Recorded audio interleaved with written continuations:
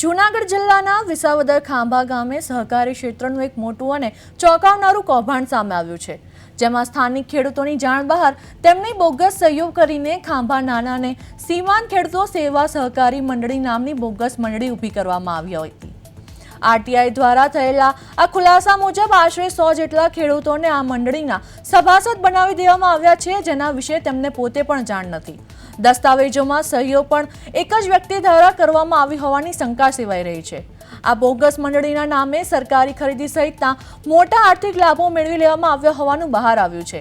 આ કૌભાંડમાં પોતાનું નામ જોઈને એક નિર્દોષ ખેડૂતને હાર્ટ એટેક આવતા તેમને જૂનાગઢની હોસ્પિટલમાં સારવાર હેઠળ રાખ્યા છે। આરટીઆઈમાં ભાંડો ફૂટતા જ કૌભાંડીઓએ મામલો દબાવવા ખેડૂતોને રાતોરાત નો ડ્યુ સર્ટિફિકેટ આપવાની તજવીજ પણ શરૂ કરી દીધી છે। કૌભાંડીઓ સામે તાત્કાલિક પોલીસ ફરિયાદ નોંધવા અને ઉચ્ચ સ્તરીય તટસ્થ તપાસની માંગ ઉઠી છે।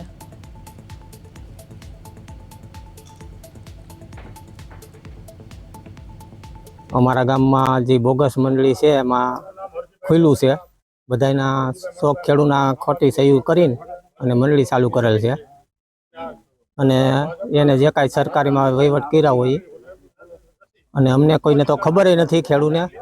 આ તો 3 વર્ષે ખબર પડી કે અમારા એમાં સહી અમારા નામ છે, એટલે આ મંડળી રદ થાય એવી અમારી માંગણી છે। અને આજે અમને ખબર પડી બધા જે લોકો ભાજપમાં મત દે એના જ મોટા ભાગના નામ છે। 100 જેટલા ખેડૂતોને 5 મંડળીમાં ગેરકાયદેસર જોડી ખરીદ વેચાણ કરી નાખ્યું છે અને આરટીઆઈમાંથી માહિતી બેની મળેલી છે। અને આજે અમે જો અમારા નામ કમી નહીં થાય, મંડળી બંધ નહીં થાય, આ રાજકારણીના હાથ નીચે ભ્રષ્ટ અધિકારીઓ ખોટું મંજૂર કરેલું છે, નહીંતર અમે ઉપવાસ આંદોલન ઉપર બેસ્યું। અને ગઈકાલે એક 35 થી 40 વર્ષના ખેડૂતને સમાચાર મળતા એટેક આવી ગયો, હાલ જૂનાગઢ સારવાર